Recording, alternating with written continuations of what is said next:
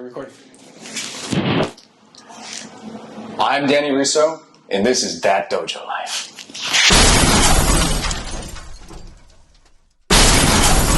Hey, what's up, guys? Welcome back to another episode of That Dojo Life. Today we're here at a jiu-jitsu school where we're going to focus a lot on jiu-jitsu, and one of our guests is actually one of the coaches. So we'll be able to kind of dig into him and why he got into the art, you know, what attracts him to martial arts, and so on and so forth. Before we get started, though, let's talk a little bit about jiu-jitsu. I do jiu-jitsu as well. And I have my own thoughts of how I roll jiu-jitsu into my life. You know what I mean? Mm-hmm. Give me an example of how you use jiu-jitsu in your life. Well, my kids are acting up. Take them down. Oh, when I change the diaper, gotta play spider guard. Blocks. No, I think the biggest thing that jiu-jitsu has done for me, just overall, is besides the exercise factor, you know, it's a good workout. Absolutely. And putting the gi on and tugging, working the grip, it's a really good workout. But besides that, it's just the humility factor that really kicks in. I think it keeps you humble. You know, yeah, absolutely. Because no matter how good you get, there's always someone that can tap you out. Absolutely. You know, that will just make you look silly on the mat. Yep, absolutely. I think for me, you know, how I roll jiu-jitsu into my life is, you know, jiu-jitsu to me is like a chess game. You know, you really have to think 2, 3, sometimes even 4 moves ahead. Right. And if you can learn how to apply that into your life, life can be very successful. That's true. You know, and I think that's what attracted me to jiu-jitsu. You know, we'll talk a little bit about what jiu-jitsu is for people who don't know what jiu-jitsu is. Yeah. Not very many people don't know because jiu-jitsu has been huge with Royce Gracie. So, but that's how I interpret jiu-jitsu into my life. I think jiu-jitsu is a chess game to me. It's about 3 or 4 moves ahead in order to submit your opponent, and I think I use that daily, right? I'm just trying to get ahead of the next person in sales and people, I mean, everything you do. Yeah. Jiu-jitsu, and now go into what jiu-jitsu is, and I'll let Kalani close us out with that, and then we'll bring on the coach and have that discussion with him. But jiu-jitsu is a submission game. You know, it's submitting your opponent before he submits you. And it's a lot harder than what I just said. Yeah, it's a lot. There's complications, but basically it's using either a choke or an extending of the joint of some sort to put the other person into submission is the technical aspect of it. But like you said, there's a lot of learning that goes on. There's a lot of mental games that go on. It's a mental game. Yeah, that goes along with it. Yeah, it's a sport. It's a self-defense art. Yeah, it's just a great overall martial art. Yeah, absolutely. I think it's an overall. God, you will get an overall workout if you do jiu-jitsu. I can guarantee you that. I was always overweight. You know, I think I was 234 pounds at one time in my life. And it was nice. I'm almost there. Well, yeah, but you're muscle. I was the opposite of muscle. Fat guy. And then I got down. I actually got down to, I think I was competing at 190, 195. I have a picture that you could put up of what I look like now, right there. We'll put it right here. Yeah. So that's what my competing picture looked like, but I was never that before I started jiu-jitsu. So I guess where I'm going with that too is, you know, women, jiu-jitsu is for you. You know, if you want to lose weight, you want to tone up. But I mean, jiu-jitsu is for everyone, you know what I mean? From kids to women to men, all aspects of life, man.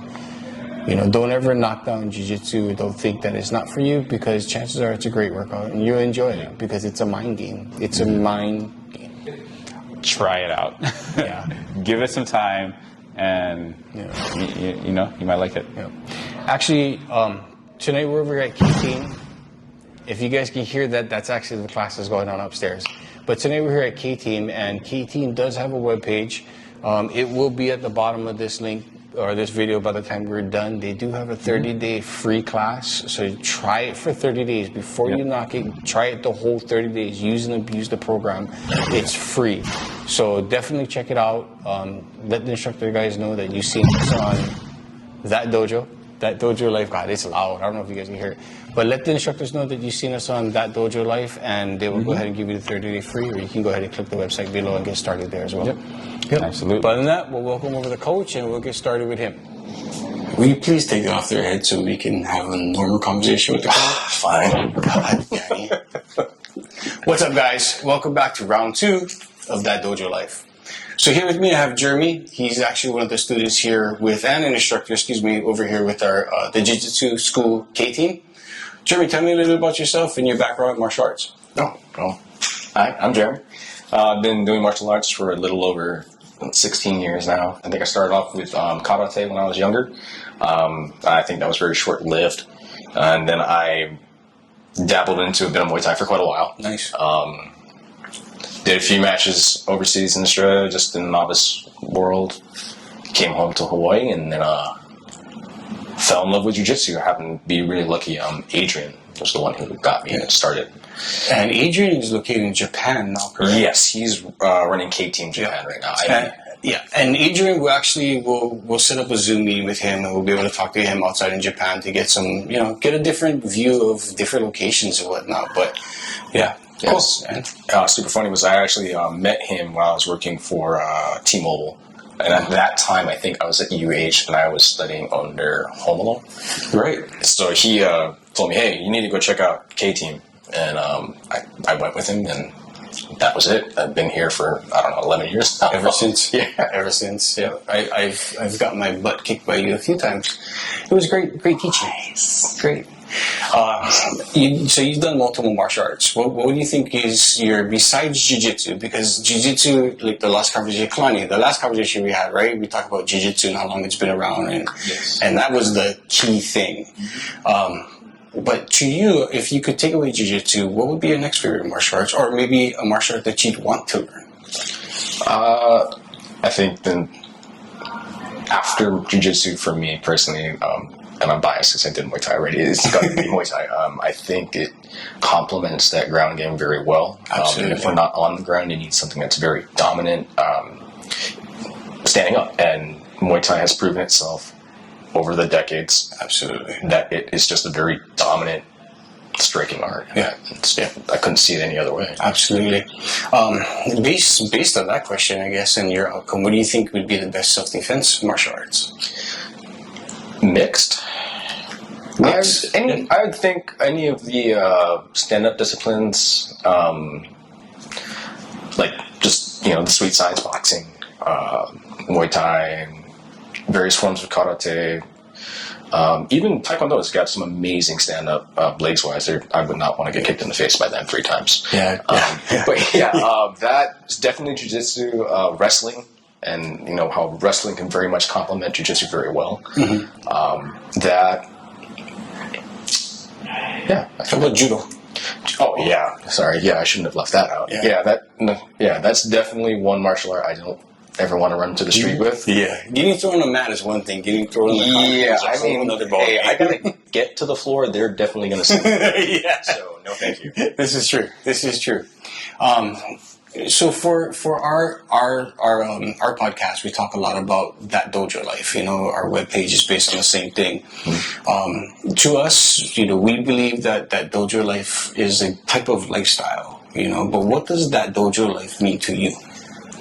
I guess That Dojo Life to me is it's everything. It's much like any martial art that we do. We develop habits, disciplines, and we don't just do it or keep those disciplines in that martial art alone. We carry it over to the various other parts of our lives. How we train is how we fight, and how we train is also how we conduct our lives. Absolutely. You're more disciplined in different areas, and I think developing that over time and becoming better people, or better individuals, if you will, is what That Dojo Life is about, at least for me personally. Yeah, absolutely.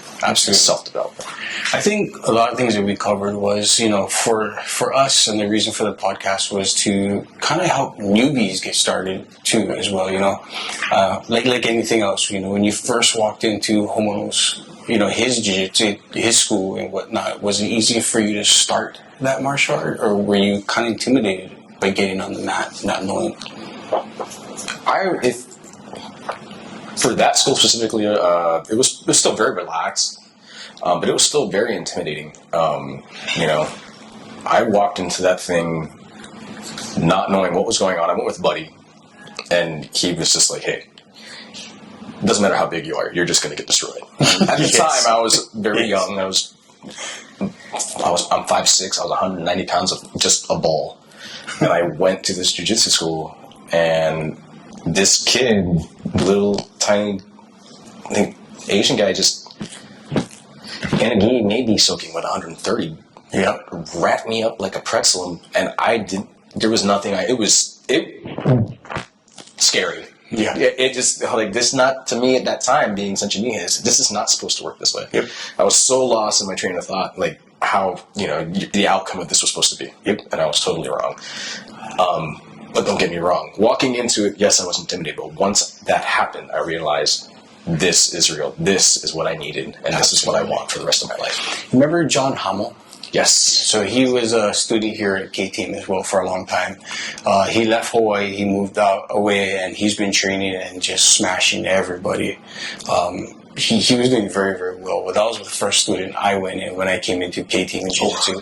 I came out of a fight school, which was a mixed martial arts with, ground and pound, MMA kind of thing. And I came to K-Team thinking that I knew what I was doing. John Hamill was a kid. I think he was probably about maybe 14, and he was probably 90 pounds soaking wet. And I remember at that time, Mark was the instructor. He made me go with John Hamill, and I looked at him and I thought, bro, come on, And same thing like you, man. I got wrapped up in a pretzel. Before I even get there, I remember he had a kettle pea glued to his gi. And I thought to myself, like, why, But, I went with him, and he smashed me, choked me out within the 30 seconds, and I realized that this is the art for me. Yep. And I think jiu-jitsu is just that. You can't judge the book by its cover. Exactly that. I mean, I'm sure everybody at every other gym has a John Hamill. That's it. Whoever they are. There was that one guy you went to and was like, I am going to have a field day. No, you not. You were the field day. You were the field day, exactly. And John, if you ever see this, man, I really do appreciate if you comment and you jump on board and you bring it up, man. I think it'd be great to hear from you again. I forgot how old he was because when I got in, I think he was on his way out. He was still young, though. Yeah, he was in his young teens, I think. Yeah. And he just taken the Pan Ams. Yeah. I think that's the last thing I remember. After I got lickings from him, I didn't want to talk to him anymore. It was very embarrassing. Yeah. It's like when I got in, he was on his way. I think I rolled him maybe once or twice. Got it's like, okay. Yeah, he was a work of art, man. I think he was they matched him being close to a Helsing Gracie by the way he moved, how flexible he was, and all of that. So I think that's a great compliment for him. But since we're on that conversation of young kids, younger generations, let me ask you this, and this will probably be our final question for tonight. How do you feel about kids joining martial arts? Do you think it makes them? Do you think they're more prone to violence with martial arts? No, I think a lot of people have the concept of, if I put my child in a martial art, they're going to be that bully. They're going to, their attitude's not adjusted to it yet, or whatever. I need them to grow up. I need them to be more disciplined, not yet. Or you put him in there, but disciplined, and you're still worried he's not coming out the way. Mm-hmm. You give it time. Martial arts, more specifically jiu-jitsu, has a way of changing a person. It will humble you. Yes. Old, young, you will get your piece of humble pie given to you time and time again, and you eat it regularly to the point where it's just a staple. Yeah. But it changes you, and it helps you grow up, and it weeds out those who can't adjust. Those who don't deal well under pressure, don't know how to make those decisions straight away. You will either learn to, or you will just quit.